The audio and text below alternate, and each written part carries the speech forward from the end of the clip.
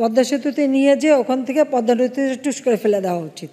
2022 সালের 18 মে পদ্মা সেতু উদ্বোধনের আগে তৎকালীন প্রধানমন্ত্রী শেখ হাসিনা এক বক্তব্যে বিএনপি চেয়ারপারসন বেগম খালেদা জিয়াকে সেতু থেকে টুস করে ফেলে দেওয়ার কথা বলেছিলেন। একই বক্তব্যে বর্তমান অন্তর্বর্তীকালীন সরকারের প্রধান উপদেষ্টা ডক্টর মোহাম্মদ ইউনূসকে পদ্মা নদীতে চুবানোর কথাও বলেছিলেন। এই ঘটনার জেরে এবার মামলা হয়েছে চট্টগ্রামে। রবিবার চট্টগ্রামের প্রথম মেট্রোপলিটন ম্যাজিস্ট্রেট জুয়েল দেবের আদালতে মামলাটি দায়ের করেছেন নগর ছাত্র দলের সাবেক সহসভাপতি সৌরভ প্রিয় পাল। তিনবারের প্রধানমন্ত্রী এবং বাংলাদেশের সর্বজনপ্রিয় নেত্রী, তাকে হত্যার জন্য নির্দেশ দিয়েছিল তৎকালীন তথাকথিত অবৈধ প্রধানমন্ত্রী খুনি হাসিনা। সেই হত্যার যে নির্দেশ দিয়েছিল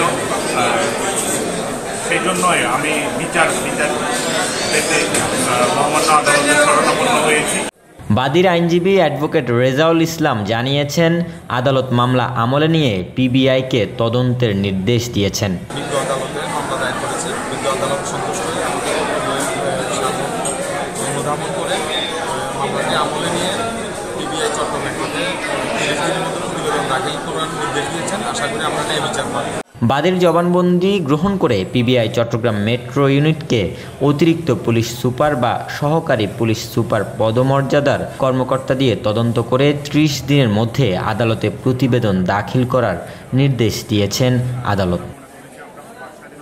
ডেস্ক রিপোর্ট, নিউজ নাও 24।